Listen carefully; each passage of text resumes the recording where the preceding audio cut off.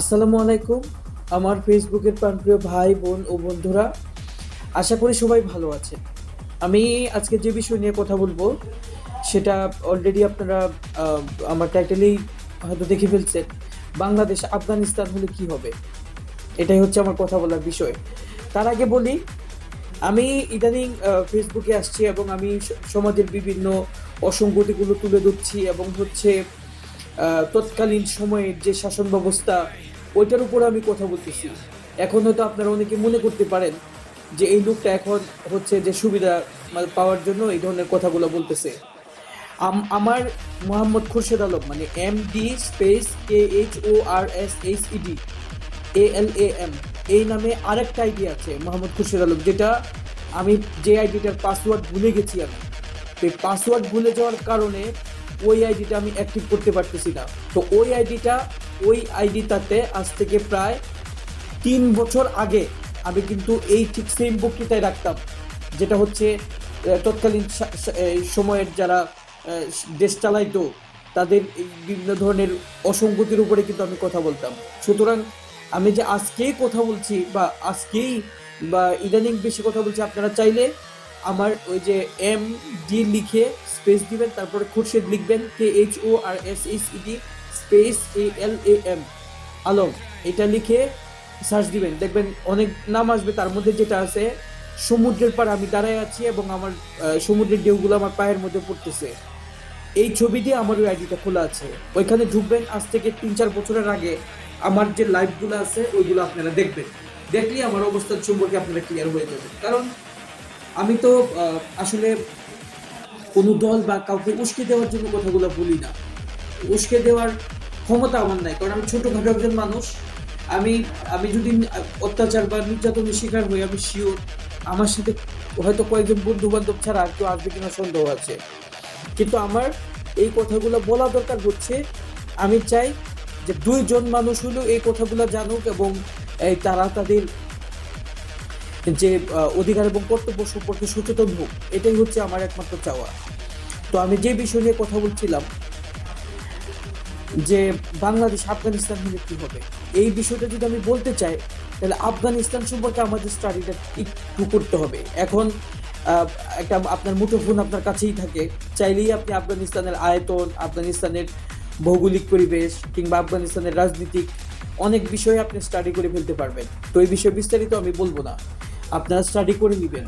তো আমি যেটা বলতে চাই, বাংলাদেশ আফগানিস্তান হয়ে গেলে কি হবে বা বাংলাদেশ আফগানিস্তান হলে কেমন হবে, এটা বলতে গেলে আফগানিস্তানের শাসন ব্যবস্থাটা আমাদের দেখতে হবে। প্রথমত আফগানিস্তানকে আমি 2 ভাগে ভাগ করতে পারি। আফগানিস্তানের যে শাসন ব্যবস্থা আছে, তাদের শাসন ব্যবস্থাটাকে আমি 2 ভাগে ভাগ করতে পারি। একটা হচ্ছে বর্তমান শাসন ব্যবস্থা, আর একটা হচ্ছে অতীতের শাসন ব্যবস্থা। অতীতের শাসন ব্যবস্থা যেখানে পশ্চিমা কিংবা অন্য রাষ্ট্রের একটা ঔপনিবেশিক বাক্যে যারা সমর্থন করত, তারা কিন্তু এই আফগানিস্তানকে শাসন করেছে বেশ কয়েকদিন, বেশ কয়েকদিন নয়, বেশ কয়েক বছর। 1985 সাল থেকে, আমি যতটুকু জানি, হয়তো আরও আগে পরে হতে পারে, কিন্তু আমার কাছে এই ব্যাপারে 1985 সাল থেকে যতটুকু জানি, রাশিয়া তখন আফগানিস্তানকে শাসন, তখন যারা ওই আফগানিস্তানে যারা ইসলাম মানে একেবারে ইসলাম খুব একটা সাপোর্ট করতো না বা পছন্দ করতো না, তারা মনে করতো যে রাশিয়া আসলে আমার কাছে অনেক ভালো হবে, নারীরা অবাধে ঘুরতে পারবে, তারপরে মানে ইয়াগুলা কি বলে, ওই সবাই সবার মতো স্বাধীন মতো চলতে পারবে। তো আসলে যখন আসলো, রাশিয়া যখন শাসন ব্যবস্থা নিল, এবং রাশিয়া তো নেয় নাই, মানে রাশিয়া অন্য, মানে আফগানিস্তানে যেরকম আমাদের বাংলাদেশে যেরকম ঔপনিবেশিকবাদ, আমাদের প্রতিবেশী রাষ্ট্র ভারত যেরকম তার অনেক কাজগুলো তৎকালীন শাসন আমলের সরকার দ্বারা করতো, ঠিক আফগানিস্তানেও এরকম গুলবুদ্দিন হেকমতিয়ার নামে একজন শাসক ছিল, এদের দ্বারা তারা এই শাসন ব্যবস্থাগুলো পরিচালিত করতো। মানে আদর্শটা থাকবে রাশিয়ার, শাসন ব্যবস্থা থাকবে ইরাক। তো এইভাবে চালাতে চালাতে যায় দেখে ঠিকই মানুষ উন্মুক্তভাবে মিশত, মানে এক উন্মুক্তভাবে চলতো, একে অন্যের সাথে কথা বলতো, বেলের লাপানা বেড়ে গেছিল রাস্তায়। তো তখন কিন্তু এই যে এই বাড়তে বাড়তে সবকিছুরই তো একটা ক্ষতি আছে, একটা ব্যাড ইফেক্ট আছে। তো এই ব্যাড ইফেক্টটা তাদের মধ্যে, তারা যখন একবারে উন্মুক্তভাবে মেলামেশা করতে লাগলো, একবারে যখন তাদের মানে ছেলে এবং মেয়েদের মধ্যে সম্পর্কটা লাগামহীনভাবে পৌঁছে গেল, তারা যখন অশ্লীলতার একেবারে চরম সীমান্তে পৌঁছে গেল, এবং সমাজ ব্যবস্থা তারা যেটা মনে করেছিল যে তাদের প্রত্যেকের ঘরে ঘরে চাকরি হবে, ঘরে ঘরে এই এই হবে সেই হবে, এবং হচ্ছে ইসলামের কট্টরপন্থীরা তাদের উপর ইয়া করতে পারবে না, এটা কিন্তু হয় নাই শেষ পর্যন্ত। মানে ঘরে ঘরে চাকরিটা কিন্তু এই তাদের সেই ঘরে ঘরে চাকরিটা কিন্তু হয় নাই, ঠিক আছে। ঘরে ঘরে চাকরি না হওয়ার কারণে যারা এই রাশিয়ার যে প্রধান গোয়েন্দা সংস্থা কেজিবি, ওইটা আফগানিস্তানের শাসন ব্যবস্থাকে মানে নিয়ন্ত্রণ করতো। তো ওইটা যখন নিয়ন্ত্রণ করতো, তো ওইখানে অন্যায় করতে করতে করতে করতে শেষ পর্যন্ত রাশিয়ার বিরুদ্ধে যারা ইসলাম থেকে একটু দূরে ছিল, অথবা যারা ইসলামটাকে কঠোরভাবে গ্রহণ করে নাই, তারাও একসময় ক্ষিপ্ত হয়ে ওঠে, এবং তারাও কিন্তু একসময় ক্ষেপে যায় যে আমরা যে উদ্দেশ্যে এখানে এই এটাকে নিয়ে আসলাম, একটা এন্টি ইসলামিক শাসন ব্যবস্থা আফগানিস্তানে কায়েম করলাম, তো সেই এন্টি ইসলামিক শাসন ব্যবস্থা বা একেবারে ইসলাম ধর্মের বাইরের একটা শাসন ব্যবস্থা আমরা কায়েম করলাম, তো সেটাতে দিয়ে তো আমাদের লাভ হচ্ছে না, আমাদের চাকরি হচ্ছে না, আমাদের বাসস্থান হচ্ছে না, আমাদের এখনো ঘাস দিয়ে রুটি বানিয়ে খাইতে হয়, এটা তো আসলে সমস্যা। তখনই কিন্তু তারা কিন্তু আফগানিস্তানের এই রাশিয়ার বিরুদ্ধে যুদ্ধ করে, অর্থাৎ তৎকালীন সরকারের বিরুদ্ধে কিন্তু যুদ্ধ ঘোষণা করে, যেটা ওই যে আমরা যেটা জুলাই বিপ্লবে আমরা যেটা দেখলাম আর কি, ঠিক আছে। ভারতের কথা এই সরকার কারো মানে বেশি শুনতো, তো শেষ পর্যন্ত ভারত একটা ভারত বিরোধী একটা ইয়া গড়ে ওঠে।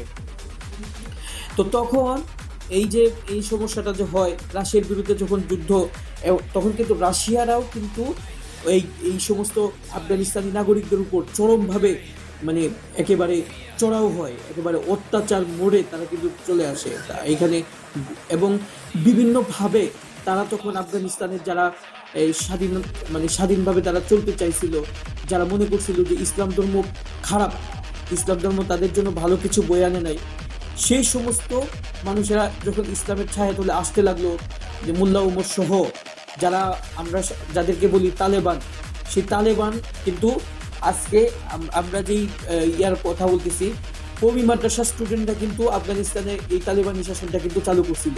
তো সেই কওমি মাদ্রাসার যারা শাসন করতো, তারা কিন্তু মানুষকে শান্তির বাণী শোনাইতো, এবং তারা বলতো যে ইসলামটা এতটাও কঠিন না যতটা আমরা ভাবছি, ইসলামটা অনেক সহজ সুন্দর একটা ব্যবস্থা।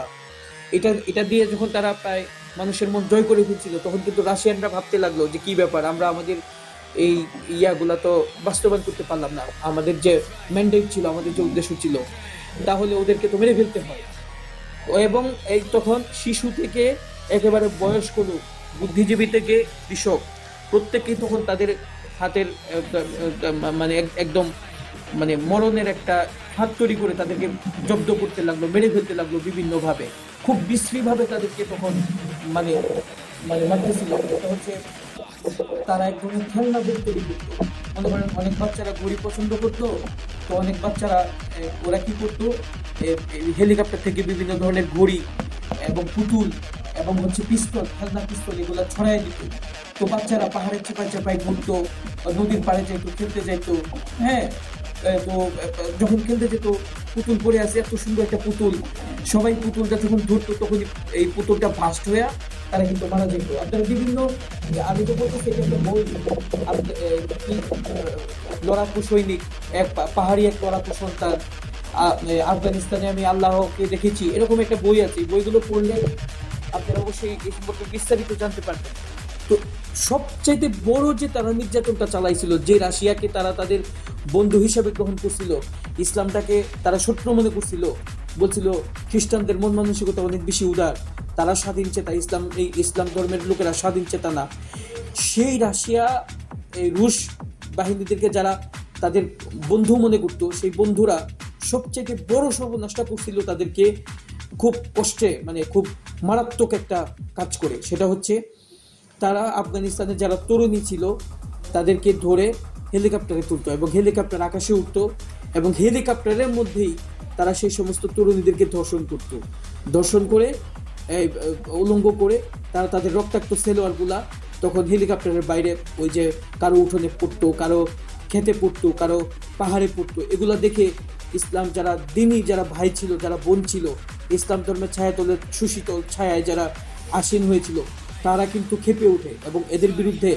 একটা বড় ধরনের যুদ্ধ ঘোষণা করার এক পর্যায়ে কিন্তু এরা অনেক কষ্ট করে তারা তাদের অস্ত্র তৈরি করে, অস্ত্র কিনে, ওদের অস্ত্রের টাকা নাই, হয়তো কেউ কেউ চুপি চুপি তাদেরকে সহযোগিতা করতো এবং তারা একটা কাজ করতো, শত্রুদের অস্ত্রাগার লুণ্ঠন করে তারা এই অস্ত্র দিয়ে তারা তখন কিন্তু ওই শত্রুদেরকে ঘায়েল করতো। এবং রাশিয়ানরা তখন যখন দেখতেছে যে তাদের শাসন ব্যবস্থা বা তাদের কমিউনিস্ট শাসন ব্যবস্থা আফগানিস্তানে আর মানে চালানো সম্ভব হচ্ছে না, তখন তারা একটা কাজ করলো, আরেকটা জঘন্য কাজ করলো। সেটা হচ্ছে ওই যে কেজিবির যে বাহিনী আছে বা রাশিয়ান যে বাহিনী আছে, তারা আফগানিস্তানের মেয়েদেরকে পালাক্রমভাবে ধর্ষণ করতো, ভোগ করতো এবং ভোগ করার পরে তাদের যে এই যে জামা কাপড়, তাদের পেটে যে বাচ্চা হইতো, তারা বিশ্বাস করতো এই বাচ্চাগুলোই পরবর্তীতে তাদের প্রতিনিধিত্ব করবে।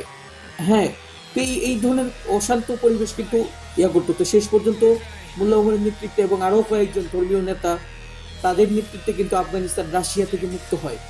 রাশিয়া থেকে মুক্ত হওয়ার পর আবার আমেরিকা রাশিয়া যখন যুদ্ধ করে, তখন যে আমেরিকা করেছিল, ওই আমেরিকা তাদেরকে দখল করে ফেলে। ওই আমেরিকা থেকেও তারা কিন্তু মুক্ত হয় দীর্ঘ প্রায় 20-25 বছরের একটা সংগ্রামের কারণে। যারা মনে করেছিল যে আমেরিকা বা এই যে হামিদ কারজাই সহ আরও আমার হয়তো নাম মনে নাই, আর এগুলো বলতে গেলে আমি খুব শর্ট করে বলতেছি। তো এই হামিদ কারজাই সরকারকে তারা উৎখাত করে শেষ পর্যন্ত তারা আবার ইসলামের আওতায় ফিরিয়ে নিয়ে আসে।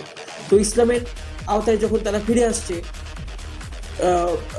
দেখা গেল আগের চাইতে অনেক সুখে আছে বর্তমান আফগানিস্তান। এটা আমি যতটা না বিশ্বাস করি, এই বিশ্বাসটা আপনারাও করবেন। কারণ হচ্ছে এখন আপনারা আমার চাইতে বেশি জ্ঞান লাভ করতে পারেন। ওয়েবসাইট খুললে আফগানিস্তানের যে অর্থনৈতিক মন্দা ছিল সেটা কাটিয়ে উঠতেছে। মোবাইল ব্যাটারির একটা উপাদান আছে লিথুনিয়াম, এই লিথুনিয়ামের সবচাইতে বেশি কিন্তু আফগানিস্তানে উৎপন্ন হয়। চীন তাদের সাথে একটা চুক্তি করে লিথুনিয়াম কেনার, সেই লিথুনিয়াম কেনার টাকা দিয়ে কিন্তু আফগানিস্তান এখন একটা সমৃদ্ধশালী, এবং কোনো বিদেশি কোলা আফগানিস্তানরা ব্যবহার করে না। পানীয় একটা পানীয় তারা নিজেরাই, কোমল পানীয় তারা তৈরি করছে, যেটা বিক্রি করে তারা তাদের দেশের মূল অর্থনৈতিক আয়ের যে উৎসটা, সেটা আয়ের যে ক্ষেত্রটা সেটা বাড়ানোর চেষ্টা করতেছে। তো অনেকেই মনে করছিল যে আফগানিস্তান আসলে নারীরা হয়ে যাবে, কি বলে, ঘরবন্দি হয়ে যাবে। নারীরা ঘরবন্দি হয় নাই, নারীদের জন্য আলাদা বিশ্ববিদ্যালয় কিন্তু সেখানে চালু আছে, এবং তারা আগে যেভাবে খোলামেলা ভাবে চলে তাদের জীবনের 12টা বাজাইছিল, এখন তারা নিজেদের ভুল বুঝতে পেরে তারাও কিন্তু হিজাব করে। তো বাংলাদেশে আফগানিস্তান হবে না কখনো, আমি আমার আরেকটা প্রতিবেদনে বলছি, কিন্তু বাংলাদেশ যদি ইসলামের সুশীতল ছায়ায় আসে, আমার মনে হয় না অন্য দলের মানুষেরা কষ্টে থাকবে, অন্য ধর্মের মানুষেরা কষ্টে থাকবে, এবং অন্য জাতের মানুষেরা কষ্ট পাবে। কারণ মদিনা সনদ সম্পর্কে আমরা খুব কমই জানি, যারা জানি তারা এটা স্বীকার করতে চায় না, আর যারা স্বীকার করি তারা তো ক্ষমতাই নেই। মদিনা সনদে কিন্তু আছে যে রাসূল সাল্লাল্লাহু আলাইহি ওয়াসাল্লাম যখন মদিনার শাসন ব্যবস্থাকে ঢেলে সাজানোর জন্য সে একটা সনদ তৈরি করলেন, যেটা একটা সংবিধানের মর্যাদা পাইছিল তৎকালীন সময়, এবং এখনো কেউ সেটা, আমাদের তৎকালীন প্রাইম মিনিস্টার শেখ হাসিনা কিন্তু নিজেই বলছিলেন যে বাংলাদেশ চলবে মদিনা সনদ অনুযায়ী। তো সেই মদিনা সনদ অনুযায়ী যদি চলতো, তাহলে আমি শিওর যে শেখ হাসিনার পতন এত ভয়ঙ্করভাবে হইতো না, বা পতন হইতো না বললেই চলো, সবাইকে তিনি তার মানে পাশে করতেন। তো এখন যদি বাংলাদেশ আবারও যদি সেই পথ ভুলে যায়, মানে ইসলাম ধর্ম ছাড়া, মানে আফগানিস্তান হইলেই মানে ইসলাম খারাপ, এটা এক পেশি, মানে এটা যদি একঘেয়েমিভাবে মানে একটা কঠোরভাবে মনে করে যে ইসলামটা খারাপ, তাহলে আমার কেন জানি মনে হয় এটা একটা ভুল হবে। কারণ ইসলাম খারাপ না, ইসলামকে খারাপ করে ফেলি আমরা যারা ইসলামের অপব্যাখ্যা দিই আর কি। তো ইসলামটাকে আমরাই খারাপ করে ফেলি। তো ইসলামটাকে স্টাডি করার এখন অনেক বেশি ওয়ে আছে। ইসলাম কিন্তু এখন আর সেই মানে মোল্লা মুন্সিদের হাতে কিন্তু বন্দি নাই। ইসলামটা এখন আপনি একজন খ্রিস্টান ছাত্র, আপনি একজন আদিবাসী ছাত্রী, আপনিও চাইলে ইসলামটাকে স্টাডি করতে পারেন আপনার ওয়েবসাইট থেকে। বিভিন্ন ধরনের কোরআন শরীফ, বিভিন্ন ধরনের কিতাব, এখন এমন না যে মোল্লা সাহেব কি ফতোয়া দিল ওইটা ওই অনুযায়ী চলবে, সে খারাপ হোক বা ভালো হোক। আমরা এখন ফতোয়া কিভাবে দেয়, কিভাবে কি করে, কে কতটুকু ফতোয়া দিল, এই ফতোয়ার বৈধতা কিন্তু নিজেরাই যাচাই করতে পারি। সুতরাং আমার কেন জানি মনে হয় যে বাংলাদেশ যদি ইসলামের একেবারে সুশীতল ছায়ায় কয়েক বছরও থাকে, অবশ্যই বাংলাদেশের আমূল একটা পরিবর্তন চলে আসবে। কারণ ইসলাম কিন্তু অন্য দলের রাজনীতি এবং অন্য ধর্মের মানুষের বসবাসকে বা অধিকারকে কখনোই অস্বীকার করে না, যেটা অনেকেই জানে না। আমরা হয়তো আমাদের সিনিয়রদের কাছ থেকে শুনি বা অনেকে সিনিয়রদের কাছ থেকে শুনে ইসলাম সম্পর্কে তারা একটা ভ্রান্ত ধারণা তারা পোষণ করে। ইসলাম ধর্ম যদি আজকে থাকতো তাহলে হয়তো এই যে সমাজের এত হত্যা, এত রাহাজানি, কারণ ইসলাম ধর্মের অনেক শাসক ছিল অতীতে। এগুলা আমি এত বলে আপনাদের ধৈর্যচ্যুতি ঘটাবো না, আমি প্রায় শেষ পর্যায়ে চলে এসেছি। তো আর 1-1.5 মিনিট বলে শেষ করব। এটা হচ্ছে যে উমর রাদিয়াল্লাহু তাআলা আনহু, যিনি বজ্রের মতো কঠোর ছিলেন, মোমের মতো নরম ছিলেন, তো এই ধরনের শাসক কিন্তু এখন খুঁজে পাওয়া যায় না। এখন আমরা খুব কম শাসককেই দেখতে পাই। উমর রাদিয়াল্লাহু তাআলা আনহু ইসলামের শাসক ছিলেন এবং তিনি রাতে ঘুরে ঘুরে তার রাজ্যের প্রজাদের অবস্থা দেখতেন। এইরকম কয়জন শাসক এখন করে তো নাই, তারা আরো উল্টাপাল্টা দুর্নীতি করে করে। তো আমার কেন জানি মনে হয় বাংলাদেশ যদি আরো কয়েক বছর ইসলামের সুশীতল ছায়ায় থাকে, আমার কেন জানি মনে হয় এটা অবশ্যই এটা একটা উন্নতি এবং উন্নত এবং সমৃদ্ধ রাষ্ট্রের একটা গোড়াপত্তন করবে বলে ব্যক্তিগতভাবে মানে এটা আমি বিশ্বাস করি। কারণ ইসলাম খ্রিস্টান ধর্মকেও ভালোবাসে, ইসলাম পৌত্তলিকতাকেও ভালোবাসে। ইসলাম কখনো জোর করে কারো উপর তার চাপাইয়া দেয় না। ঠিক আছে, আমরা বিদায় হজের ভাষণে দেখেছি নবীজি বলছেন যে তোমরা ধর্ম নিয়ে বাড়াবাড়ি করো না, জোর করে তোমার ধর্ম একের ধর্ম অন্যকে চাপিয়ে দিও না। ঠিক আছে, তো এটা ইসলাম সম্পর্কে আমাদের যে অ্যালার্জি, আমাদের যে ভয়, এটা আমি মনে করি দূর করে একটা শান্তির পথে যাইতে হইলে আপাতত অবশ্যই ইসলামিক দলগুলোর সাথে আমাদের মিলেমিশে কাজ করা উচিত এবং ইসলামিক দলগুলোর সাথে আমাদের মিলেমিশে থাকা উচিত এবং ইসলামের যে সুশীতল ছায়া আছে সেই ছায়াতলে আমাদের সবাইকেই দাঁড়ানো উচিত। ধন্যবাদ সবাইকে।